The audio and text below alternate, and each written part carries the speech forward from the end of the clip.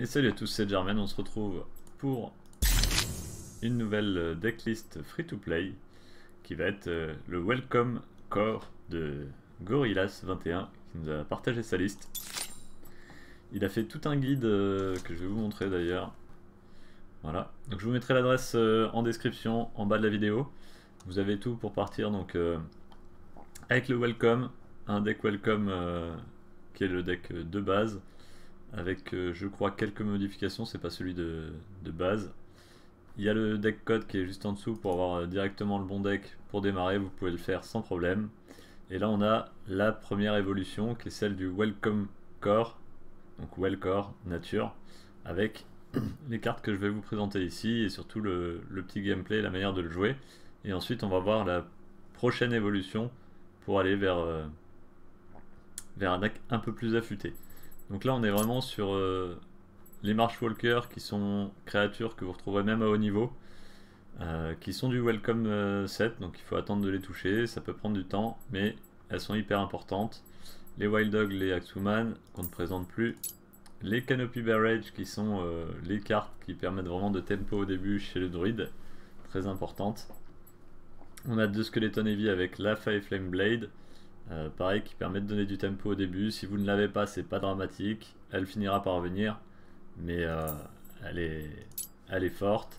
Ici moi j'ai rajouté les Lightning Strike qui sont pas dans la liste de base, puisque généralement il y a des petites créatures qu'il faut chercher à trade. L'Overgrown Rhino qui est 5-5 pour 4, c'est-à-dire les meilleurs stats du niveau 4 quasiment. Et Confuse, du coup voilà, c'est le c'est le côté aléatoire un petit peu, il y a 50% de chance que ça n'attaque pas la bonne cible. Pareil pour Bladefly, c'est 6-6 pour 4 mais en 3 créatures à 2 points de vie. Ici Helios, 5-6, on cherche du point de vie, hein, et Order Archer qui peut mettre 3 de dégâts. Ensuite la grosse créature, le Green Giant, 7-8 avec Overkill, et les Charging Onyx, 7-7 pour 7 qui font une charge dès qu'ils rentrent en jeu. Donc c'est un deck qui tourne très très bien, qui peut vous permettre de monter facile Midnight Shadow. Et ensuite il va falloir évoluer pour aller vers un gameplay qui est un peu plus late. Donc là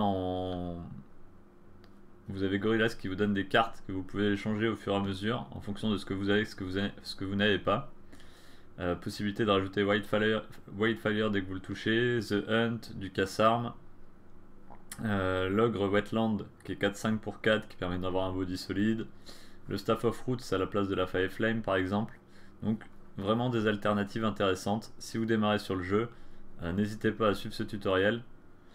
Et là on arrive sur du low budget. Alors low budget à prioriser bien sûr, donc les Lightning Strike qu'on a rajouté déjà de notre côté, les Black Jaguar qui peuvent tomber aussi, hein, qui sont encore. On les a pas mis dans la liste d'avant? Si, on les avait mis. Donc moi je les ai pas touchés encore, donc c'est pour ça que vous les avez pas vus. C'est pour ça que j'ai rajouté des cartes, j'ai rajouté un deuxième Bladefly qui est pas précisé. Et vous avez vu, j'ai qu'une seule Fire Flame, donc j'ai pas encore toute la liste. Donc voilà, je fais des petits remplacements pour essayer d'équilibrer un petit peu.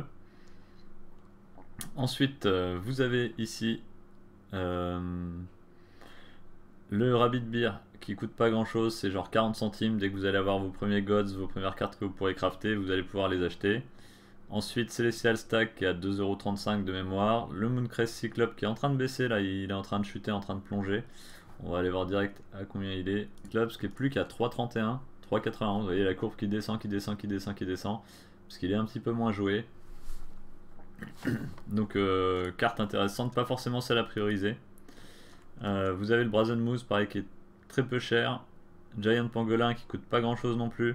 Et ça c'est vraiment des cartes qui vont faire la différence. Tour 5, on va vraiment prendre la table avec une 6-6 pour 5. Giant Pangolin qui est une carte qui a de l'armure. Et les Minosian, alors je vous conseille pas pour l'instant. C'est vraiment pour contrer principalement Pyramid Warden. Mais ça c'est quand vous serez niveau mythique. Donc là vous avez le détail de toutes les cartes qui sont passées en revue. Donc là on voit le Giant Pangolin 6-4 avec 2 d'armure. Le Sudden Bloom, je connais pas le prix du Sudden Bloom mais je crois qu'elle est un tout petit peu plus élevée que les autres cartes. Donc voilà, c'est marqué en dessous, donc ça c'était les prix à l'époque où il a fait le guide. Ça a un petit peu évolué, vous voyez, Là c'est 12, la carte est descendue à 3, donc là c'est l'avantage. Par contre Sudden Bloom, c'est possible qu'elle soit montée un peu, je n'ai pas vérifié. Et à la fin vous avez le deck optimisé, celui qui est pour jouer au niveau mythique et essayer de faire le plus de victoires les week-ends. Donc déjà vous avez 2 Pyramides Warden qui sont un petit peu hors de prix. Donc c'est pareil, ça va pas être la carte qu'on va prioriser au début. Vous avez Chiron qui est pas donné non plus, Finian qui est pas donné non plus, Selena qui aussi, alors on va regarder un petit peu les prix, je crois que c'était marqué en dessous mais ça a encore bougé. À l'époque, voilà, Chiron était à 87$, le Finian à 46$, je crois qu'il est monté. Hein. On va regarder. Voilà, Finian est monté à 71$. Donc là on est vraiment sur un deck de fin de jeu pour essayer de faire les victoires du week-end. Mooncrest Cyclops pourrait peut-être être remplacé, à voir. Je sais qu'il y a des listes où il tourne pas, donc à vérifier. Mais voilà, Chiron. Donc légendaire qui casse une arme, qui donne un +1/+1 à une autre des créatures. Et enlève une durabilité à l'arme. On a ici l'Underbrush Boar qui est à 135$. Donc vraiment des cartes qui sont hyper chères et qui vous permettent de faire un vrai step up. Donc là l'idée c'est, vous avez un deck qui est compétitif, vous voulez être ultra compétitif, mais il n'y a plus le choix, à un moment donné il faut passer un cap. Pour passer ce cap, c'est les cartes qui sont ici. Alors pareil, le Jaguar Staff qui est très bon, qui permet de redonner de la tempo. Je vais vous donner juste mon avis sur le deck nature et pourquoi je n'ai pas fait cette petite vidéo avant. C'est tout simplement parce qu'il y a énormément de cartes qui sont confused. Pour moi, on est sur un jeu de réflexion, donc il faut bien réfléchir où est-ce que j'attaque, comment je prends mes trades, etc. Donc là vous avez des cartes qui sont certes plus fortes. Alors, on va prendre le cas ici du Underbrush, même si c'est pas... il est confused, mais à la fin du tour où il est invoqué, il fait une attaque random. Donc il arrive, il attaque. 3-3 au tour 2, c'est très fort. Donc là il n'y a rien à dire, vous la jouez au début, bam, très bien, vous prenez un trade, sans doute un value trade. Le problème, c'est que s'il survit et que vous voulez attaquer, il vous reste 1 point de vie, vous voulez attaquer une créature qui a 3 points de vie en face, et bien au moment où vous allez attaquer, peut-être que ça va pas au bon endroit. Et ça, c'est quand même problématique, parce que ça peut vous faire perdre des games. Donc, vous allez avoir un enchaînement de plusieurs attaques. Si c'était qu'une seule créature, ça irait, mais c'est plusieurs de vos créatures qui ont confused. Alors bien sûr, il y a la légendaire ici, Selena, qui retire confused, donc là elle est game breaker. Par contre, quel est le prix de Selena?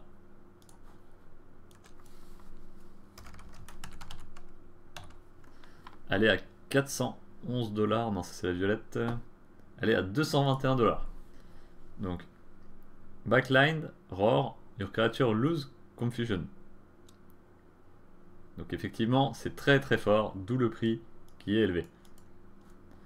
Donc vous avez la possibilité d'en faire un premier deck. Pour moi c'est un bon deck pour rentrer dans le jeu. Avec du Wellcore ici, vous avez de quoi vous amuser, déjà découvrir un peu le jeu. En fonction de ce que vous trouvez, vous pouvez rajouter quelques petites cartes, Rabbit Beer, Celestial Stag, Brazen Moose, Giant Pangolin pour continuer vraiment à vous développer. Ça va vous coûter moins de 10$, donc vous allez très vite pouvoir le faire. Mais après, pour moi, il faut envisager soit de changer de deck, soit de vraiment investir dedans pour passer une étape, pour passer un cap.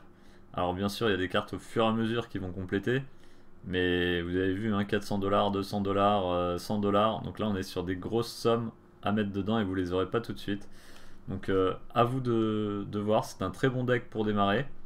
Je ne sais pas si... Alors je peux pas faire un gameplay parce que je suis en mode mythique, quoique si je vais faire une partie, allez c'est parti. On y va avec un Wellcore en mythique, on va voir ce que ça donne, je vais peut-être la perdre mais ça n'est pas grave. Hop. Allez, let's go.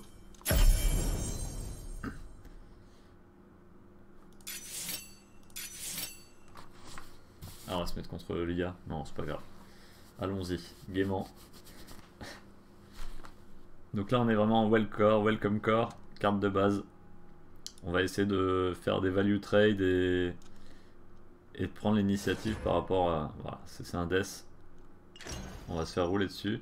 On prend généralement la Selena Mark, qui permet de faire 1 de dégâts et de soigner de 1. Ok, donc ça on veut pas, on veut des cartes early. Ça on veut pas. Ça c'est peut-être beaucoup, mais on est joueur 2, donc tour 2. On n'a pas de tour 3 et ensuite tour 4, tour 4. Si c'est un deck zombie, on va se faire rouler dessus, mais c'est pas grave. Knock 'em dead. Good luck. Et si c'est un board wide S, on va se faire rouler dessus aussi, c'est pas grave. L'idée c'est vraiment de vous montrer le gameplay.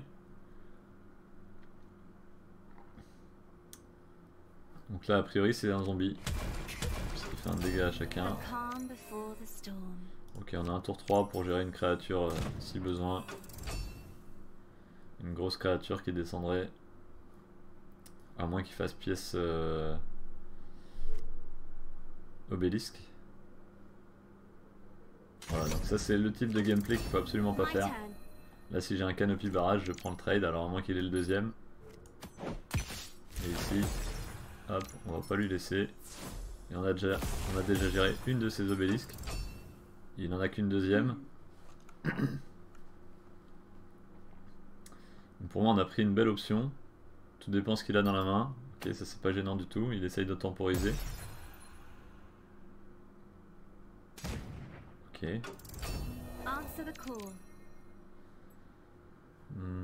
On a un Bladefly into Bladefly qui est intéressant. On va pas se gêner. Donc là on optimise les manas, on essaye, vous avez vu, de toujours jouer la pièce pour jouer la carte la plus chère.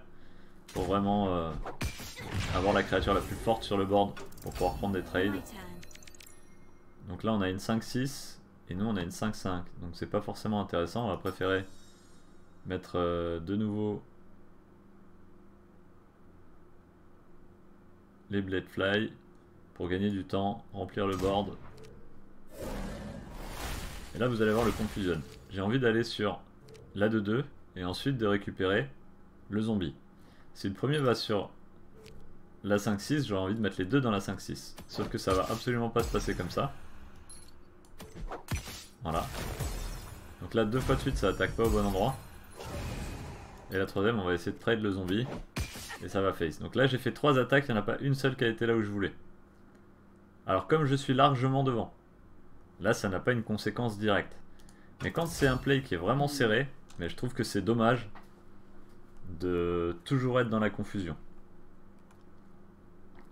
Là le Rhino a aussi confusion, donc on va le jouer plus pour les 5 points de vie pour qu'il encaisse, que l'autre trouve que la carte est dangereuse. Et en fait si vous spammez votre board, donc là il a bien compris, il essaye de m'attaquer les points de vie en se disant bah, ce que j'ai sur la table ça va essayer de survivre. Donc là au prochain tour on aura quoi qu'il arrive le trade, on va pouvoir faire un Hero Power pour récupérer une 1-1, puisqu'il y en a 2.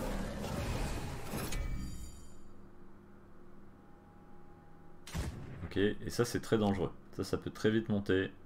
La Fickle Combion qui va monter en dégâts, voilà, 4-3. Donc là pour le coup on est sûr d'aller sur le bodyguard. On va faire un Hero Power. Et qui va pas au bon endroit, c'était du random. Et là il faut absolument que j'en ai deux qui aillent dans la 4-3.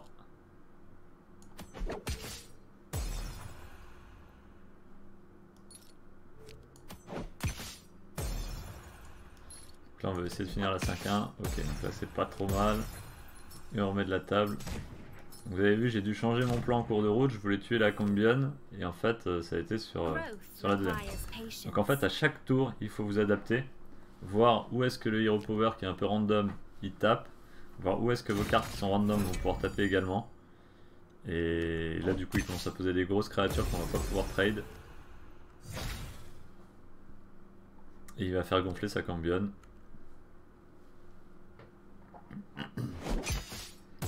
Là j'ai pas les Giant Pangolins tour 6 pour venir attaquer et prendre du trade dessus. J'ai plus que des cartes à 2, ça va être compliqué. On va poser du Rhino. Et on va faire fin de tour. On va le laisser lui venir échanger, mais je pense qu'il a compris qu'il va venir face.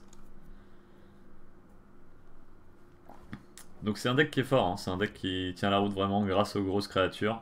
Le Necrocepteur qui tombe, il n'y a pas de Cassarme à droite. Donc c'est un deck qui est fort grâce à ces grosses créatures, mais qui va souffrir du confuse. Donc c'est un espèce d'équilibre entre je suis fort, mais en même temps ça attaque pas vraiment au jeu. Donc ça peut être frustrant. pour les joueurs qui ont vraiment une grosse réflexion de jeu, qui essayent d'optimiser un maximum, c'est frustrant. Pour ceux qui ont peut-être moins de niveau, bah ça peut équilibrer en fait. Ça attaque pas forcément où j'aurais voulu, puis des fois ça fait des bons trucs. Et comme la créature est un peu plus forte, du coup ça équilibre un peu mon niveau de jeu. C'est pour ça qu'à bas niveau on en trouve beaucoup aussi, je pense.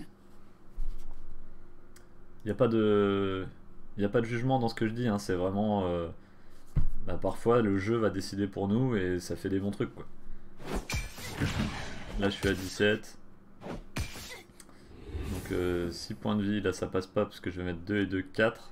Et il va falloir que je mette le 5ème ici, donc 3 créatures dedans. Pour seulement ensuite avoir un trade. Il va lui mettre plus 2.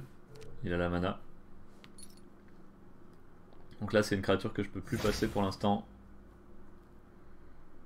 Parce que j'ai pas les grosses créatures dans mon deck, hein. Dès que vous avez Giant Pangolin, etc., vous pouvez passer sans souci. 6,5 au tour suivant, on va pouvoir lui mettre des dégâts, il faut au moins que j'en mette un. Voilà, on va essayer de prendre un point de vie. On va mettre une 3-3 pour temporiser.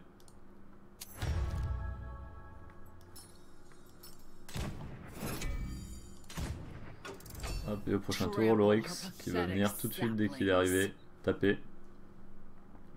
Ok, donc là il va nous avoir avec l'Overseer of Vitality qui fait -1 à tout le monde et +2 aux siennes. Donc là il a de quoi nous finir, hein. 4 et 4, 8, 9, 10, 11, 12. Et il a même pas eu de plus. C'est rien dit. J'avais la provocation. Ok. Et bravo à lui. Donc voilà un peu pour la présentation du gameplay. Je vous dis à très bientôt, on se retrouve pour un petit deck surprise, mais avant il y aura une petite review de cartes parce que pour moi il y a 2 cartes qui sont vraiment sous-évaluées à l'heure actuelle dans la méta. Donc si vous voulez investir sur la durée, je vous donnerai des petites indications dans la vidéo suivante. Et bien, je vous remercie, je vous dis à très bientôt et on se retrouve avec beaucoup de top deck. Ciao ciao.